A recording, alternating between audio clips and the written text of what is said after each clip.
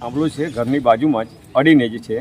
એ ઘરમાં દુકાન પણ આવેલી છે, પાછળી સાઈડમાં દુકાન આવેલી છે અને એ દુકાનના શટલની સાથે શોર્ટ આવતા આ લોકો ચાલુ વરસાદનું ટમટમ પડતા હતા અને શોર્ટ આવી ગયું. શોર્ટ આવ્યું એટલે તરત 3 જણા હતા ત્યાં આગળ અને બીજા એક પણ હતી બેન, એ દીકરી પણ ત્યાં આવી ગઈ. એટલે બૂમાબૂમ પડતા ત્રણે ત્યાં આગળ શોર્ટ થઈ ગયા. એક દીકરીને દવાખાનામાં લઈ ગયા. અત્યારે આ ઘટનામાં કેટલા જણા દુઃખદ નથી? આ ઘટનામાં 3 જ દુઃખદ ઘટના થઈ છે. ત્રણમાં મૃતક કોણ કોણ છે? ઉંમર કે મહિલા કે પુરુષ? એક મહિલા છે યાસ્મીન બાનુ અને બીજો એક દીકરો છે એ જે 18 વર્ષનો હશે, આશરે 17 થી 18 વર્ષનો હશે.